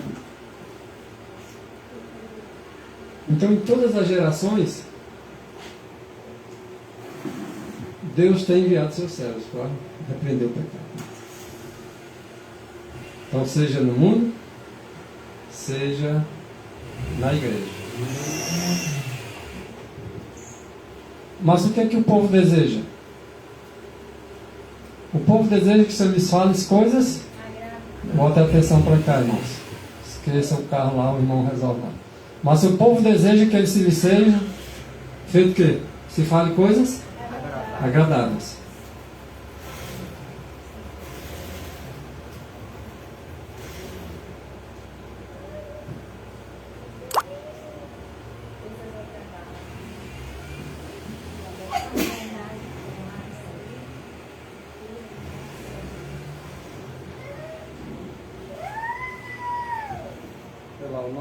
Nós cantamos ou assobiamos, né? Amém. Deixa assobiar primeiro, agora nós vamos cantar.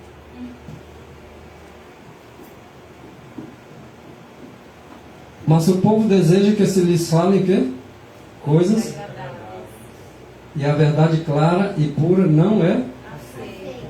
E aqui é onde está o problema. O povo quer coisa agradável, não quer que fale de pecado, não. Muitos reformadores, ao iniciar o seu trabalho, eles decidiram se exercer grande prudência. Reformadores. Grande prudência. Até eles tinham medo de falar. Isso aqui é medo, irmãos. Vocês têm dúvida que os reformadores tinham medo a princípio? Eu tenho, você tem. Vai acabando devagarzinho esse medo. Mas no princípio, todo princípio deve ter medo.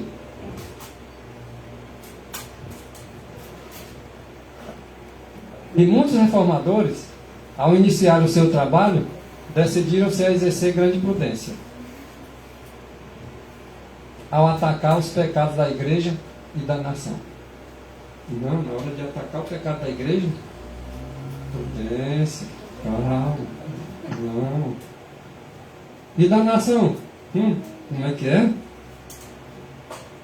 Falar do juiz tal ou nada. Do presidente, não tem nada a ver com isso não. Dos homens que faz leite, conversa. Pode sobrar para mim depois.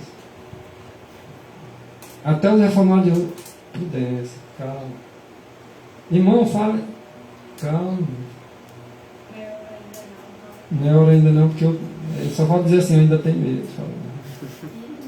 Entendeu? Olha a atitude deles. Ao atacar pecado, seja da igreja ou do mundo, da nação, grande prudência eles tinham. O que eles pensavam? Eles não só pensavam, eles esperavam que o exemplo que eles fossem dar de uma vida cristã pura, mesmo sem falar nada, ia fazer o povo voltar às doutrinas da Bíblia. Pensar errado. As pessoas veem o outro vivendo diferente. Tá nem aí, começa a criticar. Não, eu vou seguir o exemplo. Era assim que eles pensavam. Mas o Espírito de Deus vinha sobre eles fazer o que, irmãos? Assim como veio sobre Elias? Impeli-los a repreender os pecados. E assim, não é só para tu viver, não. É para tu falar. Vive e fala o que tu vive. Diz os pecados da nação. Tu não tem coragem, mas é para tu dizer, não é só para tu viver, não. pecados da igreja é para tu dizer também, não é só para tu ficar vivendo aí achando que eles vão vir, que eles não vão vir não. No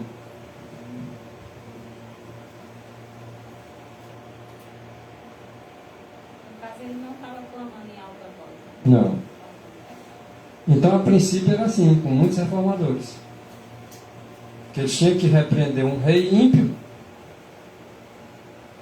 e repreender um povo apostatado, que aquilo ali não era para Deus válido, só eles se apresentarem como uma vida santa, que eles iam voltar. Não, tu apresenta a tua vida e tu fala o que tu tem que falar.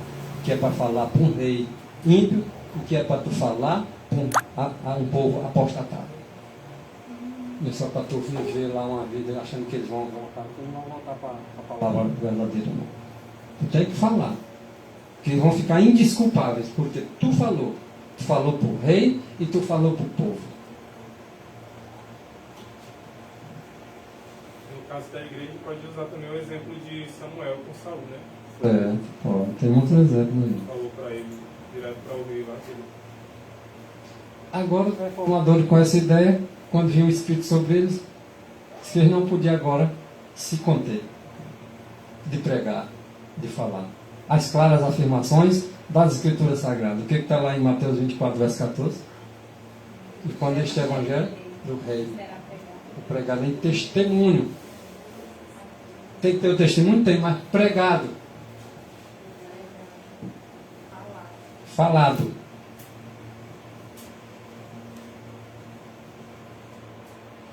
Doutrinas que eles tinham sido relutantes em apresentar. Não tinha coragem, irmãos. Essa é a verdade.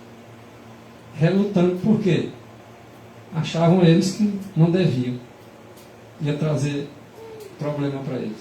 Tanto que a gente agora pode até ligar uma coisa com a outra, porque geralmente quando se fala em democracia, fala-se no direito de falar, né? E a gente está vendo sendo cerceado hoje o direito de falar. Então Satanás, sabendo disso, que a gente tem que falar, ele já está se adiantando para que a gente não possa falar. E agora, de repente, se nós somos medrosos, rapaz, se eu falar, aí eu vou ficar me relutando também para não falar, né? Vou viver a vida assim e deixar que outros falem, né? Viver só a vida santa. Mas agora o Espírito agora o repele e diz assim, te fala e não te cala. Quando os reformadores pregavam a palavra de Deus, eles não tinham nem ideia do que iria acontecer. Ideia alguma de se separar da igreja estabelecida, por exemplo. Nunca imaginaram na vida. Eu, particularmente, nunca imaginei de ser expulso de uma igreja. Nunca passou na minha cabeça. E não aconteceu? Não aconteceu com os discípulos? Não aconteceu, será, com os reformadores? Não aconteceu com Ellen White e com a família dela? Quando os reformadores eles pregavam a palavra de Deus, eles não tinham ideia, irmão, o que a palavra de Deus, a verdade, faria. Porque ali estava uma sentença de separação da igreja. Vou falar a verdade bem que os pastores vão te desliga do Valdemir. E aí? Expulsar o usão das sinagogas. A igreja estabelecida não quis mais ir na fileira dela. Então o que está escrito, por exemplo, Desejar todas as nações, página 232, os guias religiosos não toleravam a luz, e os que a conduziam essa luz eram forçados a buscar outra classe. Como é que ia ficar lá, se eles não toleravam a luz? Deus levantou os mensageiros, mas eles não toleraram a luz. Agora eles iam ficar ali? Não, eles tiveram que se separar das igrejas e levar a luz para outros. Foi assim que Jesus fez. E os que conduziam essa luz eram forçados a buscar outra classe, a qual estava ansiosa pela verdade. Onde não querem? Outros querem. Em nossos dias, poucos dos profetas seguidores da reforma são atuados pelo espírito da mesma reforma. Poucos estão à escuta da voz de Deus. E poucos estão prontos a aceitar a verdade como ela é em Cristo Jesus. Seja qual for a maneira por que ela se apresente. A verdade a gente tem que aceitar por ser a verdade. Não, mas não veio dos líderes, tem que vir dos líderes. Não, tem que vir dos líderes não. Eles foram levantados lá como líder para conduzir a verdade para o povo. Mas infelizmente eles não estão fazendo isso, o Senhor levanta outros. E muitas vezes, os que seguem os passos dos reformadores são forçados a se retirarem da igreja que eles amam. Forçados a se retirarem, a fim de declarar o positivo ensino da palavra de Deus. Porque se ficar lá, não está liberado para ensinar os positivos ensinos da palavra de Deus, não. É só aquilo que eles querem.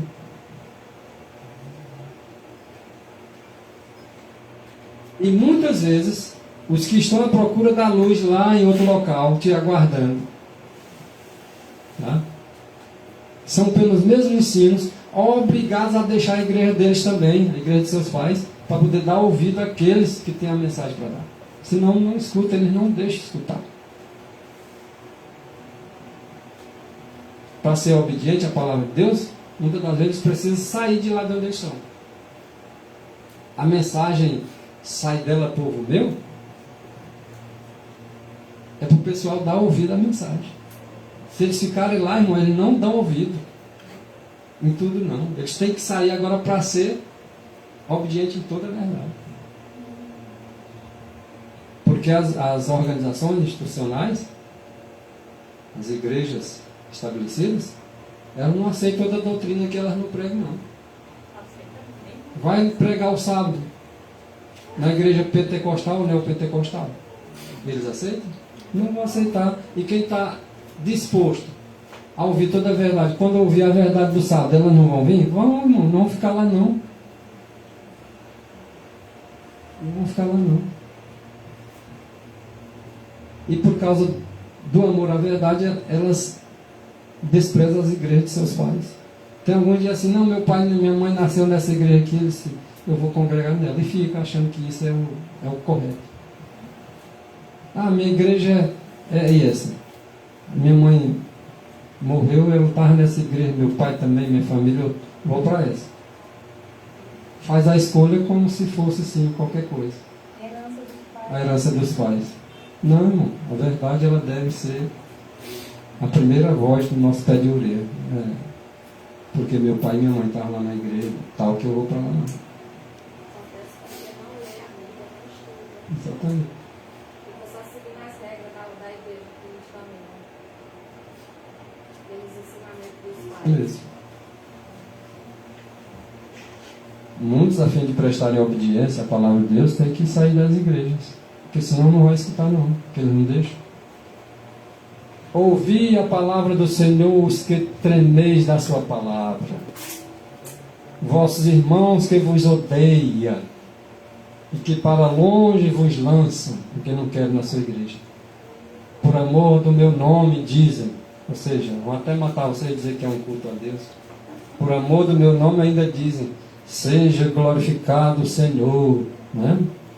Foi expulso uma desgraça dessa aí que não precisava estar aqui. Um demônio, foi expulso. É necessário até que ele morra para a glória de Deus. Aí diz aqui, ó.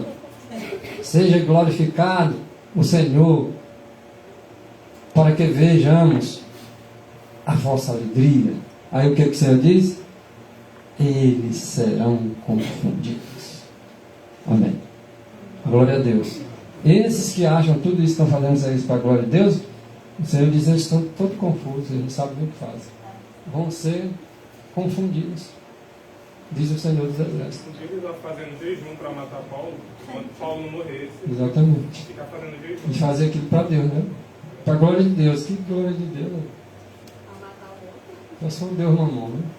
E aqui um pouco dando graças, algumas pessoas dando graças a Deus para achar que Deus. Mas não sabe nem o que fala, não sabe nem que espírito tem.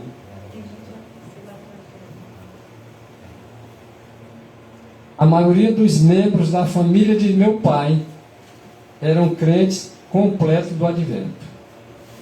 Você sabe quem está falando aqui agora? Sr. White. E por dar testemunho desta gloriosa doutrina, 7 de nós fomos, de uma vez só, lançados fora da igreja metodista. Olha, 7 de uma lapada. Por exemplo, eu posso dizer que na minha família foram menos, foram 4. Eu, a Rosilda, o Anderson e o William. Agora eu pergunto para vocês, se eles me consideraram joio, tudo bem, eles me arrancaram.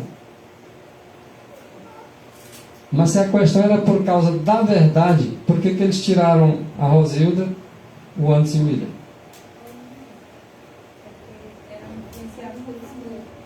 Puro espírito satânico que estava sobre eles. Porque se eu não estava falando a linguagem dele, tudo bem. Me tiravam. Como tiraram?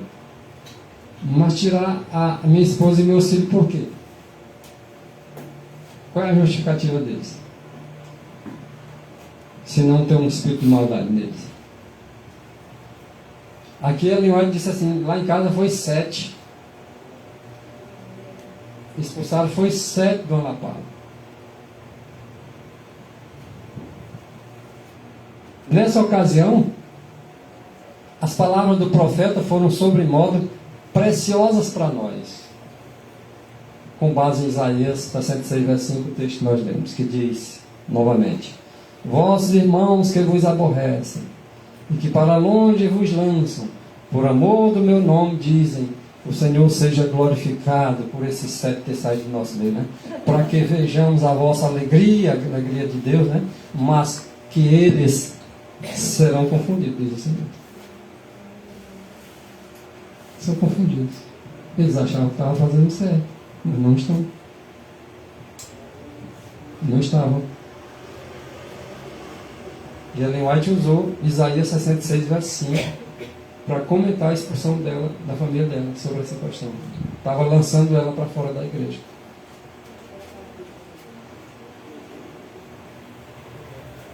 Os crentes nesta mensagem eram oprimidos nas igrejas. Não podia crer, não. E na mensagem do terceiro ano, irmão, tem mensagens aí que eles não vão deixar eles ouvirem. Ora, como é que esse pessoal fica falando das igrejas, mandando o pessoal sair das nossas igrejas? Está errado. Como é que eles vêm pescar no aquário dos outros? Vocês acham que eles vão dizer não é assim, não? É assim que né? Os membros são deles. Esse modelo. Opressão. E durante algum tempo, aqueles que não quiseram receber a mensagem foram impedidos pelo medo. Pelo medo. É a estratégia que eles usam, é o medo. Tudo que eles estão fazendo é para meter medo. Você pode olhar. Pelo medo. Durante algum tempo, aqueles que não quiseram receber a mensagem foram impedidos. Pelo medo. Muitas das vezes nós somos impedidos porque temos medo. Essa é a verdade. E quando uma pessoa fica no pé da orelha, um pastor, por exemplo, na orelha de uma irmãzinha, de um irmãozinho, metendo medo todo dia. Tu está dizendo aqui uma mensagem do céu, dizendo assim, sai daí porque tu vai levar as pragas bem. Aí o outro diz, rapaz, está pregando a mensagem do gato. Vai não, porque o que Deus está dizendo é assim. Eles desejavam silenciar o testemunho que os expectantes se sentiam compelidos a dar, de que o período profético se estenderia até 1844. Então tinha gente pregando o contrário também. Então, com clareza, os crentes explicavam o seu engano e davam as razões por que esperavam em seu Senhor em 1844. Seus oponentes, os que não criam nessa mensagem, não puderam juntar argumentos contra as poderosas razões que se ofereciam dentro dos escritos, e a ira das igrejas se acendeu. Estavam decididas a não dar ouvidos às provas. Estavam decididos agora de excluir de seu meio, agora o testemunho, de modo que os outros não pudessem ouvir. Eles não tinham desejo que os outros ouvissem. Eles nem entravam e nem deixavam os que estavam entrando. Os que não ousaram privar os outros da luz que Deus lhes dera. Tem aqueles ousados, né? Que quer agora privar a luz dos outros. Mas aqueles que não ousaram privar a luz dos outros que Deus lhes dera, foram excluídos das igrejas. Foram excluídos das igrejas. Basta defender a verdade. Se você não priva o outro, tá, de falar a verdade, você dá apoio à verdade que ele está falando, você também é excluído. Mas Jesus estava com eles, e estavam alegres ante a luz de seu semblante, e estavam preparados para receber a mensagem do segundo ano. Após receber a mensagem do primeiro, disposto a receber a do segundo, disposto a receber do terceiro, e disposto a dar a mensagem em alta voz. Esse outro anjo que dizia: caiu Babilônia, né? A grande cidade que todas as nações deu a beber, do vinho da ilha da prostituição. O segundo e o terceiro anjo dizendo com grande voz: se alguém adorar a besta e a sua imagem e receber o sinal na sua testa ou na sua mão, também este beberá do vinho da ira de Deus. Estamos concluindo, irmãos. Pela primeira besta é representada a igreja de Roma. Olha para quem vai ser dada a mensagem também. Segunda besta é representada pela igreja de Roma. Que igreja de Roma é aqui, irmão? Igreja católica. Pela primeira besta é representada a igreja católica. Primeira besta, quem é a primeira besta? Roma, né? E quem é a segunda? Estados Unidos. Ok, uma vai dar poder para a outra. E a imagem da besta? Uma organização eclesiástica que é revestida de poder civil, que é a igreja católica, agora tendo a autoridade para punir todos os que discordarem dela. São chamados de dissidentes. Pode ver o que as igrejas dos irmãos são dissidentes, irmãos, são dissidentes. Como se dissidente fosse uma palavra terrível que não pode ser pronunciada. Dissidente simplesmente é que discorda da maioria. E na verdade nós discordamos da maioria, sim. Deus nunca teve com maioria.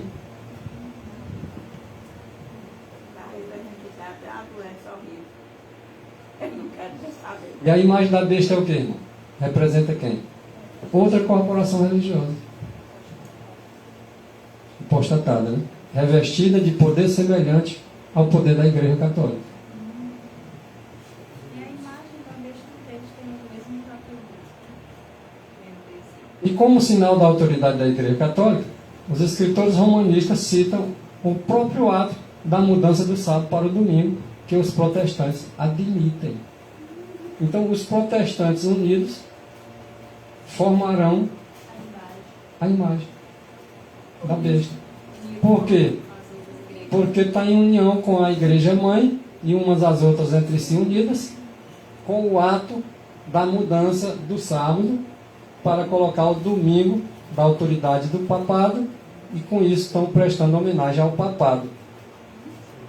Os protestantes admitem isso e admitirão quando isso for decretado por lei. A Igreja Católica mesmo afirma que a modificação foi um ato seu. Quando os protestantes aceitam isso, estão dizendo sim à Igreja Católica. É a besta e a imagem, agora, falando a mesma coisa. Tanto é que quando farão morrer os santos, quem vai fazer? A besta e a imagem da besta. Não é só a besta, não. As outras igrejas vão fazer isso. Matar-vos-ão. não só expulsarão vocês, vão matar vocês, dizendo que é um tributo a Deus. E a Igreja Católica, ela afirma que a modificação do sábado para o domingo foi um ato seu. É uma marca sua. É uma marca de poder eclesiástico e autoridade em questões religiosas. A Igreja Católica, por sua própria infalível autoridade, criou o domingo como um dia santificado, para substituir o sábado da velha lei, diz ele lá no documento católico. A observância do domingo pelos protestantes é apenas uma homenagem que eles prestam, independentemente de sua vontade, à Igreja ou à autoridade quê? Católica. A autoridade da Igreja. É uma homenagem que eles prestam. É a imagem. Porque apostataram da fé. A fé no que diz respeito ao dia de guarda é o sábado, não é o domingo. Acontecerá uma apostasia nacional no mundo e nas igrejas em geral. E levantar-se-á um povo, um remanescente, que será odiado por todo o mundo, por todas as nações, por todas as igrejas. E eles mesmos dizem, o domingo é a marca de nossa autoridade. Você quer receber a marca da besta? Então rejeite o domingo como um dia de santificação, um dia de guarda. Enfrentaremos a besta desde já, dizendo não para ela, porque ela mesmo diz que o quê? O domingo é a nossa marca. E foi concedido-lhe que ele desse espírito à imagem da besta, aos protestantes, apostatados, para que também a imagem da besta falasse e fizesse também que fossem mortos. Todos os que não adorassem a imagem da besta. Tem que se curvar a Igreja Católica, tem que se curvar as outras igrejas. Se não fizerem isso, podem ser mortos por isso. E faz que a todos os pequenos, grandes, ricos e pobres, livres e servos, lhe sejam postos um sinal na sua mão direita ou nas suas testas, para que ninguém possa comprar ou vender, senão aquele que tiver o sinal, o nome, ou o nome da besta, ou o número do seu nome. E aqui a sabedoria, aquele que tem entendimento, calcula o número da besta, porque é número de homem, e o seu número é 666. E Paulo falou desse homem, né? Então, interpretações mais lá no meio adventista, para o número 666, citado em Apocalipse 13:18, é a utilização do suposto título papal que tem vicário civiteiro. Aqui, irmãos, o estudo se torna mais interessante, mas nós temos que parar agora em outra ocasião. Nós poderíamos falar do número, do nome e da marca da besta. E, tirando como, por exemplo, o nome vicário civitei, tá? O papado fazendo o cálculo, que é o número de homem, o número que o apóstolo Paulo falou que é homem do pecado, filho da perdição. Com essa, se verdadeiramente existia, tá, esse nome vicário civitei carregado pelo Papa, esse título, porque alguns dizem que não existiu, outros dizem que existiu. Aí existe testemunha dizendo que existiu. Tem pessoas que dizem que viu o número e deixou escrito. O Lee Smith, ele prega sobre isso. Os pioneiros pregam sobre isso. E aí nós vamos depois focar nessa coroa tríplice. Se tinha mesmo esse nome aqui, nessa coroa.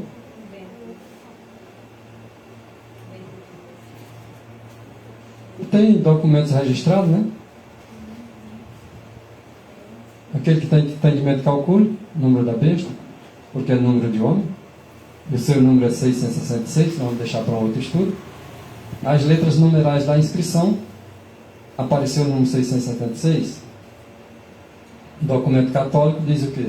Que o Papa é não só o representante de Jesus Cristo, mas é também Jesus Cristo. Oculto por um véu de cá.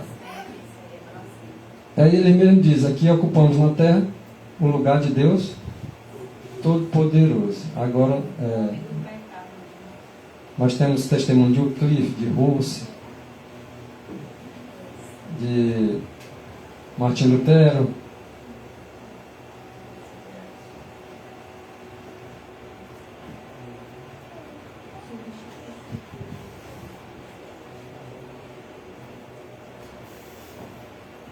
próximo estudo aí nós vamos, quem sabe, falar na continuação desse estudo e falar sobre esse número 666, que é o número do nome, do título, do qual carregava o Papa em sua tiara tríplice, tá? E adentrar um pouquinho na questão da marca. Isso. Aí a gente vai ver essa matemática direitinho, ver a marca com relação ao domingo, que ele mesmo declara ser a marca deles, marca de nossa autoridade, que é a marca da besta. O sábado é a marca de Deus, não tenha dúvida disso, tá? Então vai ter o número, o nome, tá? E a marca. Nós poderemos em outro estudo estar falando sobre isso. Então que Deus... Esse aí que está do lado aí é o Smith, tá? O pioneiro adventista. Mas que nós venhamos estar atentos, lembrando de Deus, da criação dele, do sábado que ele deu para nós lembrar, e buscar ser gravado em nossa mente, tá? As verdades eternas, tá? Ser consolidado em toda a verdade, aprendendo, para que nós também saibamos discernir o número, o nome ou a marca da besta, para que não sejamos atingidos por elas e que assim venhamos estar sendo fortalecidos a cada dia e assim poder transmitir ao povo a mensagem do terceiro anjo para a honra e glória do Senhor. Amém.